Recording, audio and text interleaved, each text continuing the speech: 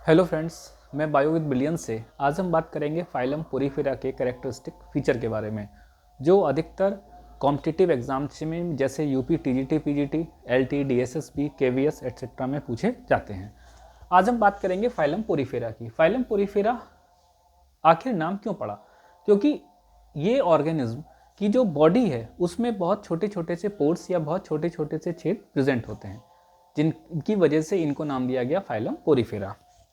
Characteristic feature की बात करें तो पहला जो इनका कैरेक्टर होता है, फाइलम पोरीफेरा के ऑर्गेनिज्म मोस्टली मैरीन फॉर्म्स होते हैं और फ्यू फ्रेश वाटर होते हैं, यानी ज़्यादातर इनकी स्पीसीज के ऑर्गेनिज्म समुद्र में यानी मैरीन वाटर में रहते हैं और बहुत ही फ्यू स्पीसीज ऐसी हैं जो कि फ्रेश वाटर में पाई जाती हैं। अगर हम बात करें इनकी बॉडी की तो स्पंज की जो बॉडी होती है वो एसिमेट्रिकल होती है, यानी इनकी बॉडी को किसी भी तरीके से अगर हम काटते हैं तो वो कभी भी दो बराबर भागों में या टू इक्वल हाफ्स में नहीं बट सकती या डिवाइड हो सकती। इसलिए पोरीफेरंस की बॉडी कैसी होती है? एसिमेट्रिकल फॉर्म रखती है। अगर हम बात करें पोरीफेरा के जो ऑर्गेनिज्म होते हैं वो क्या अकेले रहते हैं या वो कॉलोनी में रहते हैं, तो पोरीफेरा के जो ऑर्गेनिज्म होते हैं कुछ ऐसे होते हैं जो आपके सॉलिटरी होते हैं, यानी जो अकेले ही रहना पसंद करते हैं। इसका एग्जाम्पल कौन है? स्काइफा, जिसे हम साइकॉन भी कहते हैं।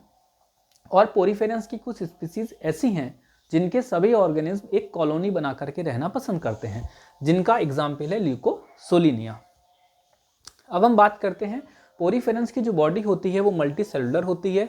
Multi cellular grade of organisation present होता है, यानी इनकी बॉडी में बहुत सारी सेल मिल करके वो फंक्शन करती हैं। अब हम बात करते हैं फाइलम पोरीफेरा के ऑर्गेनिज्म की बॉडी वॉल डिप्लोब्लास्टिक होती है, यानी इनकी जो बॉडी वॉल होती है वो दो जर्म लेयर से बनी होती है। आउटर जर्म लेयर जो होती है उसको हम एक्टोडर्म कहते हैं, जिसमें कौन सी सेल होती है?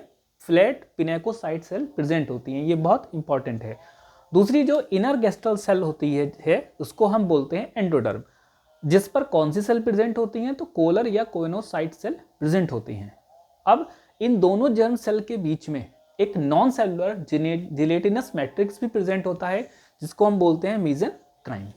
अब हम बात करते हैं स्पंज या फाइलम पोरीफेरा के ऑर्गेनिज्म की पूरी बॉडी में जो पोर्स होते हैं उनको हम ऑस्टिया कहते हैं। ये पूरी बॉडी पर प्रेजेंट होते हैं। साथ ही साथ जो ऑर्गेनिज्म है उसका जो एंटीरियर एंड, यानी कि जो जिसे हम मुंह वाला पोर्शन मान सकते हैं, माउथ तो क्लियर नहीं होता, बट जो सबसे ऊपर का जो पहला जो पोर्शन हम कह सकते हैं उस पर एक लार्ज, एक या बहुत ज्यादा या कुछ ज्यादा, एक या एक से अधिक भी हो सकते हैं, लार्ज पोर्स प्रेजेंट होते हैं, जिसको हम बोलते हैं ऑस्कुलम।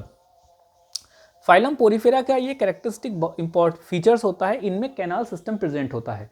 क्योंकि इनमें क्लियर माउथ वगैरह नहीं होते, एनस वगैरह नहीं होता, तो इनकी बॉडी में इन ऑस्टिया के थ्रू वाटर जो है वो बाहर से आता है, पूरी बॉडी में रन करता है, ठीक है, जिसे हम स्पंजोसिल कहते हैं, और बाद में ऑस्टिया के थ्रू बॉडी से बाहर निकल जाता है।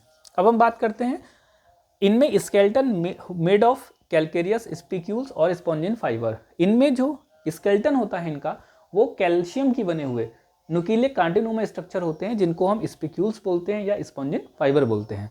अगर हम बात करें फाइलम पोरीफेरा में डाइजेशन कैसा होता है, तो डाइजेशन इनमें इंट्रासेलुलर होता है, यानी इनमें एक स्पेसिफिक ऑर्गन नहीं होता, यानी कोई ऐसा सिस्टम नहीं होता जो एक ही जगह पर खाने को कॉम्प्लेक्स मॉलिक्यूल से सिंपल मॉलिक्यूल में तोड़े और फिर हर सेल को डिवाइड कर दे, ना, बल्कि इनमें हर एक सेल को अपना खाने या उस कॉम्प्लेक्स और मटेरियल को खुद ही डाइजेस्ट करना पड़ता है।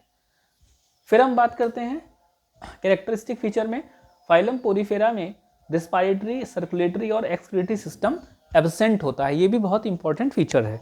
अब हम बात करेंगे, चूंकि फाइलम पोरीफेरा के ऑर्गेनिज्म हर्माफ्रोडाइट होते हैं, यानी इनमें मेल और फीमेल सेक्सुअल रिप्रोडक्शन ऑर्गन एक ही इंडिविजुअल में प्रेजेंट होता है, इसलिए इनमें एसेक्सुअल मेथड और सेक्सुअल मेथड दोनों ही तरीकों से रिप्रोडक्शन प्रेजेंट होता है या पाया जाता है। एसेक्सुअल रिप्रोडक्शन कैसे होता है? तो बर्डिंग के थ्रू भी होता है, बॉडी से के बाहर एक बर्ड निकल आई, फिशन के जरिए भी होता है, और इनमें बहुत इंपॉर्टेंट जेम्यूल फॉर्मेशन के जरिए भी एसेक्सुअल रिप्रोडक्शन होता है। सेक्सुअल रिप्रोडक्शन होता है गैमीटोगोनी के थ्रू, यानी इनमें गैमेट बनते हैं। अब बात करें फाइलम पोरीफेरा के एग्जाम्पल के बारे में जो हमेशा ही पूछे जाते हैं, ल्यूकोसोलिनिया होता है, साइकॉन होता है, यूप्लेक्टेला, यूप्लेक्टेला का दूसरा नाम, ये नाम भी बहुत पूछे जाते हैं, वीनस फ्लावर बास्केट भी कहते हैं। फिर आता है हायलोनीमा, इसको हम ग्लास रोप स्पंज भी कहते हैं। फिर आता है कैलाइना, जिसे हम मरमेड ग्लव्स कहते हैं। फिर आते हैं यूस्पोंजिया, यूस्पोंजिया को बाथ स्पंज कहा जाता है। फिर आता है स्पॉन्जिला, स्पॉन्जिला को हम क्या बोलते हैं, फ्रेश वाटर स्पंज बोलते हैं। फिर आता है क्लायोना, क्लाइनो को हम बोलते हैं क्लाइओना, CLIONA, इसको हम बोलते हैं बोरिंग स्पंज। एक और था इसी से मिलता जुलता, कैलाइना, CHALINA, है ना, क्या कैलिना, इसको हम मरमेड ग्लव्स स्पंज कहते हैं। Thank you. फिर हम नेक्स्ट फाइलम को कवर करेंगे। थैंक यू आज के लिए।